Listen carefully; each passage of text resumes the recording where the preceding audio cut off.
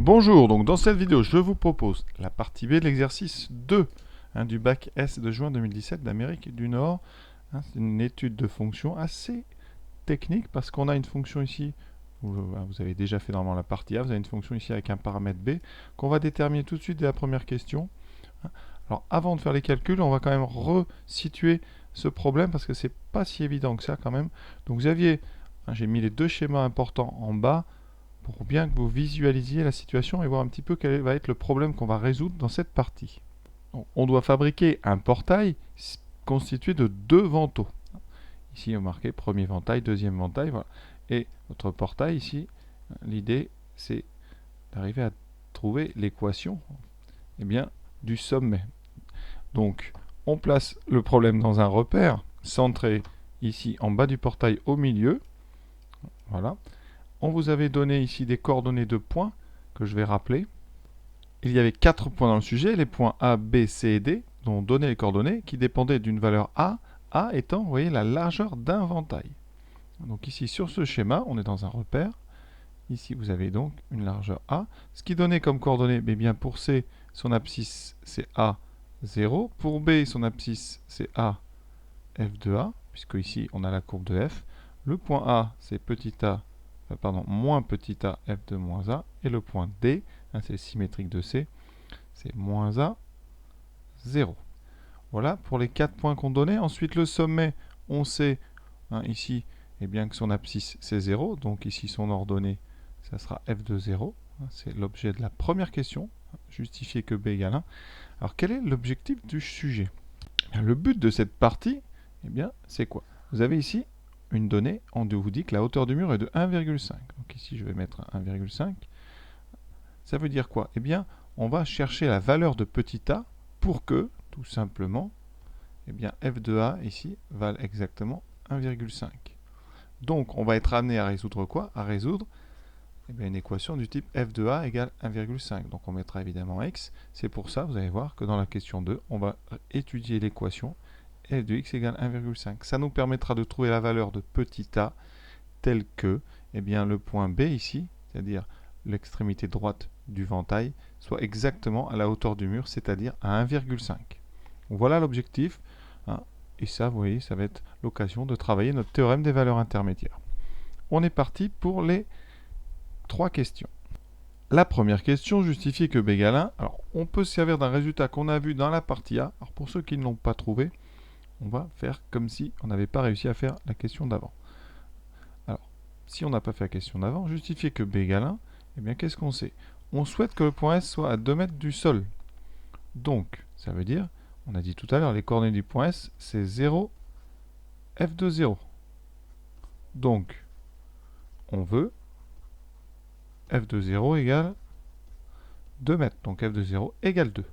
On va remplacer ici, on va calculer F de 0, d'où F de 0, c'est donc moins B sur 8, on ne connaît pas B. Exponentielle 0, plus exponentielle 0 sur B aussi, donc 0, plus 9 quarts, ce qui donne ici donc moins B sur 8 fois 2, plus 9 quarts. On peut simplifier, ce qui donne moins B sur 4 plus 9 quarts, et que j'avais écrit dans la vidéo précédente, 9 moins B sur 4. Voilà. Donc on résout. 9 moins B sur 4 égale à 2. Petit produit en croix, 9 moins B égale 8. Moins B égale 8 moins 9 égale moins 1. Donc B égale 1. Voilà. Donc pour ceux qui ne le trouvent pas, on vous donne la réponse. Donc vous pouvez continuer de toute façon dans tous les cas. Montrer que l'équation f de x égale 1,5 admet une unique solution sur l'intervalle 0,2. Là, on est vraiment tout de suite dans le cadre d'un théorème des valeurs intermédiaires. Donc tout de suite, on va poser les conditions habituelles. On est parti. Alors, pour appliquer ce théorème des valeurs intermédiaires, il faut connaître les variations de la fonction. Donc, on l'a fait dans la partie A. Je vous rappelle que dans la partie A, on avait trouvé une fonction qui était croissante, décroissante. Donc nous, on va faire un tableau uniquement sur l'intervalle qui nous intéresse, c'est-à-dire sur l'intervalle 0, 2. Sur cet intervalle, on avait remarqué que la fonction f était décroissante. Et le sommet, maintenant, on le connaît, il est à 2. Et ensuite, f de 2, on n'a qu'à remplacer.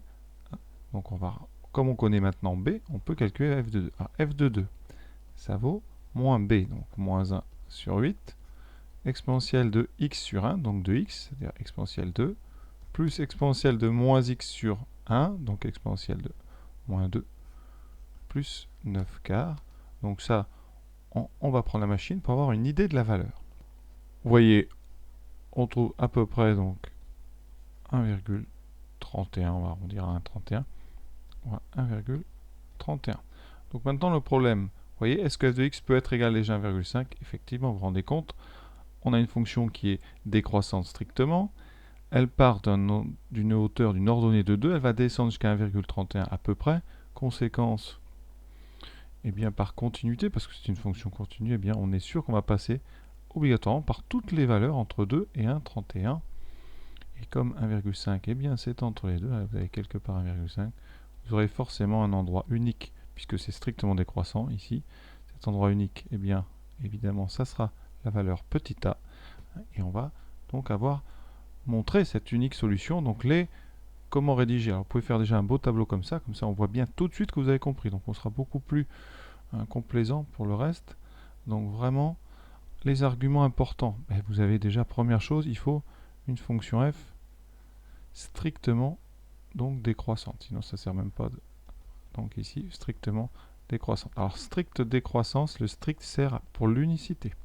Ensuite, pour l'existence, pour être sûr de passer à toutes les hauteurs, il faut une continuité. F est continue. Alors pourquoi elle est continue? Parce qu'elle est dérivable. Voilà. Et là, évidemment, tout ça, c'est sur l'intervalle 0,2. Donc, vous pouvez le mettre soit à chaque fin de phrase, soit dès le début, vous mettez sur 0,2. Évidemment, il faut un petit peu plus de place que moi. Là, on y voit un petit peu plus clair. L'argument suivant, eh bien, c'est le fait que la valeur 1,5 soit intermédiaire. Donc, vous rappelez que f de 0, ici, c'est égal à 2, qui est plus grand que 1,5. Et f de 2, c'est à peu près 1,31 qui est plus petit que 1,5. Donc, ça veut dire que ces deux choses-là mises ensemble, 1,5 est bien intermédiaire entre f de 2 et f de 0. Donc, tout ça mis ensemble, théorème des valeurs intermédiaires. Alors, certains disent corollaire, bon, on ne va pas s'embêter avec ce genre de détails. Ici, théorème des valeurs intermédiaires. Donc, l'équation, on va tout écrire, l'équation f de x égale 1,5 admet donc une unique solution qu'on notera A dans l'intervalle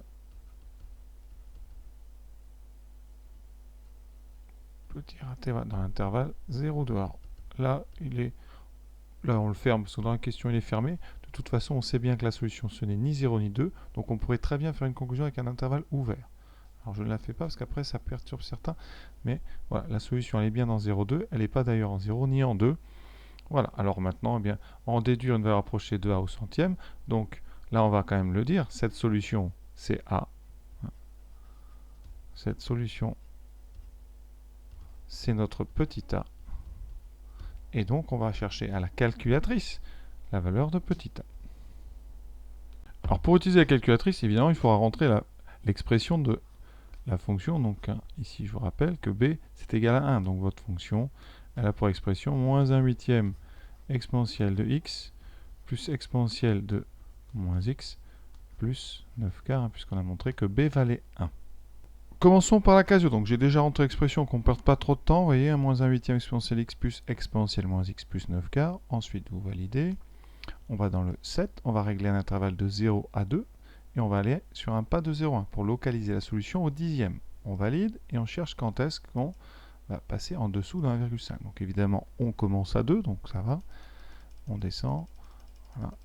Et là, on y arrive ici. Donc c'est entre 1,7 et 1,8. Donc sur votre copie, moi je vous conseille, vous notez, donc f2 1,7 est à peu près égal à 1,54, donc qui est plus grand que 1,5, et f de 1,8, c'est à peu près 1,47. Donc, A appartient à 1,7, 1,8. Donc, eh bien, on ressort. On est donc au centième, on le veut. Donc voilà, on va changer notre pas et on va le mettre de 1,7 ici à 1,8. Le pas, par contre, vous mettez de 0 en 0,1. Voilà, et on valide. Tableau. Et vous regardez la même chose. Quand est-ce qu'on descend en dessous d'un 5? Et c'est ici, vous voyez, 1,50, 1,49. On note. Ici, f de 1,76, c'est à peu près 1,50. Vous pouvez mettre 4 chiffres pour bien montrer. Voilà tout ce que vous avez. Et ici, 1,49, 48. Donc, A appartient à 1,76, 1,77. On l'avait au centième, donc on l'a. Alors, on vous demande ni une valeur par défaut ou par excès, donc vous pouvez répondre 1,76 ou 1,77, ça sera bon. Donc, par habitude, on répond en général la valeur la plus basse. Donc, A est à peu près égal à 1,76. On encadre. Là, j'ai mis à peu près égal. Voilà, question terminée. Alors, pour ceux qui ont une Texas. Pour la Texas, j'ai mis un gros affichage, comme ça vous voyez bien. Donc, j'ai rentré la fonction. Là, on valide, évidemment. Et on va dans la définition de la table. On va aller donc une table qui démarre en 0, avec un pas de 0,1. Voilà. Ici, vous allez donc dans table. Et vous allez chercher quand est-ce qu'on descend en dessous d'1,5. Et vous voyez qu'on est à, voilà, ici, entre 1,7 et 1,8. Vous voyez bien où c'est sur le dessin. C'est ici. Donc 1,7, on est à 54. 1,8, on est à 1,47. Ensuite, on retourne à la définition de la table. Et là, on va démarrer à 1,7. Voilà, mais on change le pas. On le prend au dixième. Et le tour est joué. Vous n'avez plus qu'à donc eh bien, aller dans table et regarder à quel moment on va descendre en dessous donc de 1,5. Et c'est ici entre 1,76 et 1,77. Donc voilà, c'est terminé pour cette question. Dans cette question, on choisit A égale 1,8. Hein. Vous voyez, tout à l'heure, on avait trouvé comme valeur approchée 1,76. Donc A vaut 1,8. Ça veut dire qu'ici, sur notre courbe, eh bien, les points C et B ont pour abscisse 1,8 et A et D moins 1,8. On vous dit que le client décide donc d'automatiser son portail si la masse excède 60. Et vous connaissez la densité des vantaux qui est égale à 20 kg par mètre carré. Le problème se résume donc à calculer la surface d'un ventail. Un ventail, donc sur le dessin, pour bien que vous visualisez, c'est donc cette surface-là. Et on a besoin de calculer l'air. Alors elle est délimitée par quoi cette surface? En haut, par la fonction, par la courbe de la fonction f, ici. En bas, par l'axe des abscisses. Et à gauche, par deux verticales d'équation x égale 0 et x égale, ici, a, donc 1,8. Et donc, on a l'air d'un domaine, et ça va nous amener à faire une intégrale. Sur 0,1,8, donc f est continu et positif, ça c'est les arguments. Donc l'aire du domaine, situé sous la courbe, vaut l'intégrale de 0 à 1,8 fois, enfin, f de x dx, et ceci en unité d'air. Ici c'est du mètre, sur les abscisses mètres, sur les ordonnées, donc on a du mètre carré. Alors j'ai pas rédigé tout, mais normalement on doit parler du domaine qui est délimité par la courbe f, l'axe des abscisses et les deux verticales en 0 et 1,8. Donc on est parti. Alors pour cette intégrale, donc on va la calculer tranquillement. Elle n'est pas très compliquée, mais il y a quand même des choses. Alors déjà, l'expression de f, c'est donc comme b vaut 1,8, enfin 1 sur 8, donc moins 1 sur 8 exponentielle x, plus exponentielle moins x, plus 9 sur 4 dx. Attention à ne pas mélanger les 1 sur 8 et les 1,8. Hein. Je pense qu'il y a de quoi confondre. Alors vous avez des primitives maintenant. Il faut donc une primitive de cette fonction f. Alors je vais la développer pour avoir trois termes. Donc vous avez un premier terme 1 sur 8 exponentielle x, moins 1 sur 8 exponentielle moins x, plus 9 quarts, donc ici, dx. Il va falloir trouver une primitive de chacun des termes de cette somme. Et comme ça, eh bien, on aura trouvé la primitive. Alors, on a donc un premier terme, moins 1 huitième d'exponentielle x. Alors, vous savez qu'exponentielle x, une primitive, c'est exponentielle x. Donc là, le 1 huitième ne change pas. Une primitive, donc ici, dans ce sens-là, je vais mettre primitive de... Voilà. Donc, une primitive de, c'est donc elle-même. Alors je fais pas de formel, là vraiment on fait comme ça, comme si c'était un brouillon. Ensuite, le deuxième, vous avez un e-x. Alors, une primitive de e-x, il faut connaître, c'est moins e-x, parce qu'en dérivant, vous avez un moins qui sort.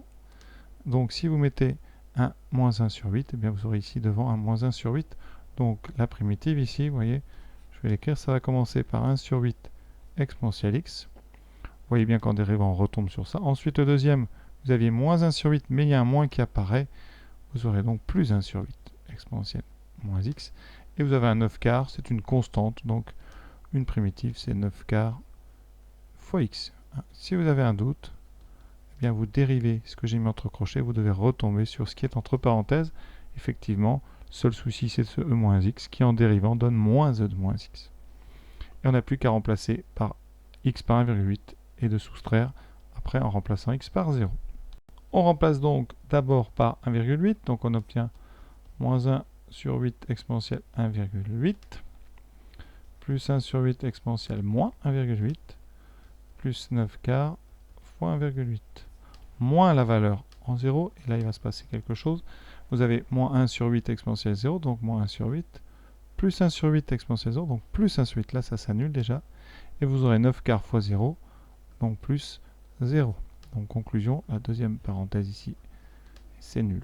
Il vous reste, en développant, moins 1 sur 8 exponentielle 1,8, plus 1 sur 8 exponentielle moins 1,8, plus 9 quarts fois 1,8. Alors là, sans calculatrice, on va un petit peu le transformer. Donc 1,8, c'est 18 sur 10, c'est-à-dire 9 cinquièmes. Vous pouvez simplifier ici. On va simplifier par 2, donc 9 demi. Il vous reste donc ici 81 sur 20, ce que je vais écrire tout de suite, donc plus 80 sur 20.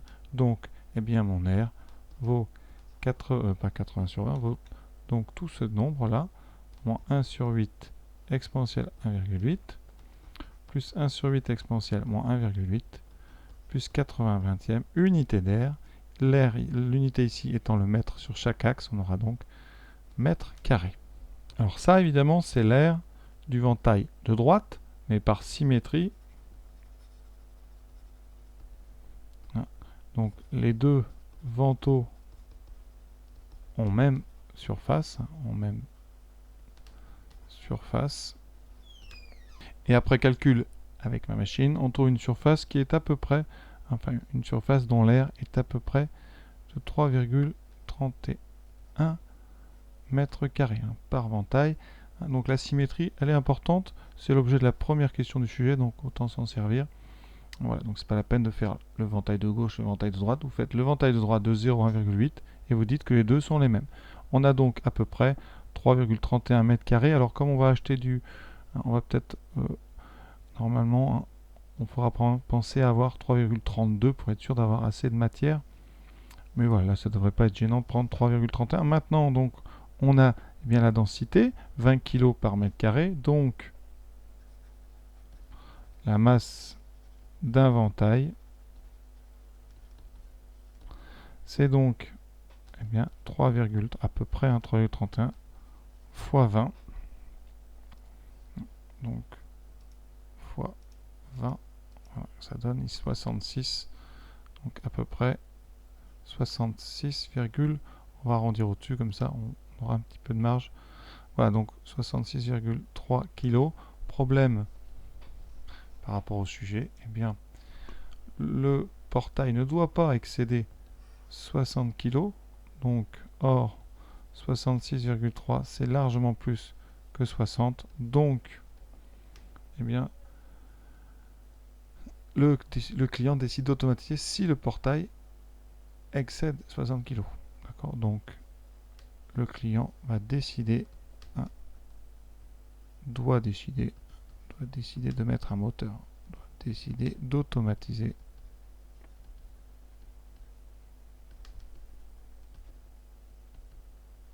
D'accord, si le portail fait moins, il n'automatise pas, parce que certainement il est capable de l'ouvrir tout seul. Et si il fait plus, eh bien on met un moteur, parce que c'est difficile à ouvrir. Donc voilà, ici la conclusion n'a pas beaucoup d'intérêt. Ce qui est intéressant évidemment, c'est le gros calcul d'air. Et calcul aussi après de masse. Donc voilà pour cet exercice, en tout cas pour cette partie, assez compliqué quand même, parce qu'il y a beaucoup de calculs. Et puis il y a un petit petite confusion possible, je pense pour certains avec le stress entre le 1/8 et le 1,8. Donc faites bien attention. Voilà pour cette vidéo. Évidemment, je vous invite à faire la suite de cet exercice qui était très long et qui n'est pas fini encore. Et pour information, voici cette partie C, un calcul de surface, beaucoup là. Vous avez deux formes différentes et on cherche à calculer quelle est l'économie qu'on fait en choisissant une forme plutôt que l'autre, sachant, vous voyez, par exemple, dans la forme 1, vous avez votre portail ici, et vous avez une perte ici. Si vous achetez un grand rectangle, vous avez une perte. Et ici, si on prend bien une forme comme ça avec une tangente située sur un point F, ici vous avez de la perte. La question, vous voyez, moins de perte, c'est quelle est l'économie en utilisant la forme 2 plutôt que la forme 1. Donc vous voyez, loin d'être facile. En plus, vous n'êtes pas beaucoup guidé, il y a très peu de questions, donc c'est vraiment un sujet ici ambitieux. Donc je vous invite évidemment à aller voir la corriger. À très bientôt.